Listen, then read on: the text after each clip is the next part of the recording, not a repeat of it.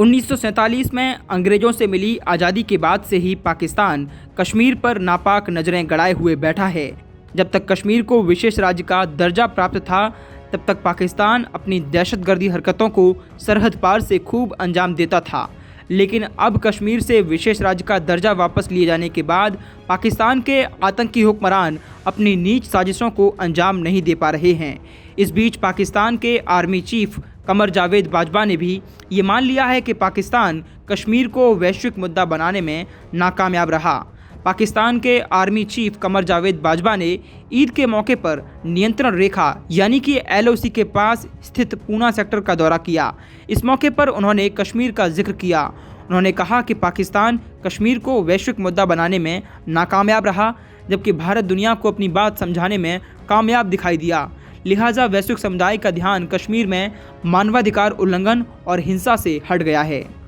गौरतलब है कि बीते कुछ दिनों में सीमा पार घुसपैठ की घटनाओं में लगातार इजाफा हुआ है। मई में सुरक्षा बल 3 बड़े एनकाउंटर कर चुके हैं। यह भी रिपोर्ट सामने आई थी कि भारत की कार्रवाई की डर से पाकिस्तान एयरफोर्स ने अपनी सीमा में गश्त बढ़ा दी है।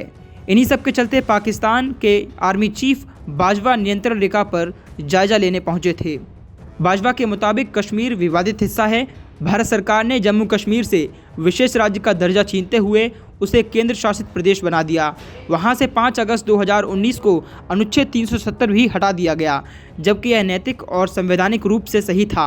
हम कश्मीरियों के साथ इस बार भी भाईचारे से ईद मना रहे हैं। कश्मीर में भी भारत ने लॉकडाउन लगा रखा है ताकि हिंसक गतिविधियों को अंजाम दिया जा सके। बाजवा ने यह भी कहा कि पाकिस्तान आर्मी को खतरों को लेकर सतर्क किया गया है। सुरक्षा को लेकर हम देश की उम्मीदों पर खरा उतरेंगे। बाजवा ने पाकिस्तान के सूचना मंत्री शिबली फराज के बयान का जिक्र करते हुए कहा कि पाकिस्तान के लोग कश्मीरियों पर ढाए जा रहे जुल्मों को कभी नहीं भूलेंगे। शिबली ने ट्वीट किया था, कश्मीर पर हिंदुत्ववादी मोदी सरकार ने कब्जा कर लिया है। इससे पूरी दुनिया के सामने संकट खड़ा हो गया है। गौरतलब है कि कश्मीर में बीते 13 दिनों में 3 बड़े एनकाउंटर किए गए हैं, जहां पर 19 मई को श्रीनगर में सुरक्षा बलों ने डाउनटाउन इलाके में हिजबुल मुजाहिदीन के 2 आतंकियों को मार गिराया। इनमें से एक जुनैद सहराई था, जो अलगाववादी संगठन तहरीक हुर्रियत प्रमुख मोहम्मद अशरफ सहराई का बेटा था। इसके बाद सुरक्षा बलों ने डोडा के खोन्ना गांव में हिजबुल मुजाहिदीन के आतंकी ताहिर को 5 घंटे चली मुठभेड़ में मार गिराया था। इसके बाद 6 मई को सुरक्षा बलों ने हिजबुल मुजाहिदीन के टॉप कमांडर रियाज नाइकू को मार गिराया था। वह 2 साल से मोस्ट वांटेड लिस्ट में शामिल था। वह बीमार मां से मिलने के लिए पुलवामा के गांव बेगापुरा आया था। पुलिस को इस गांव में नाइकू और उसके कुछ साथियों की मौजूदगी का इनपुट मिला था।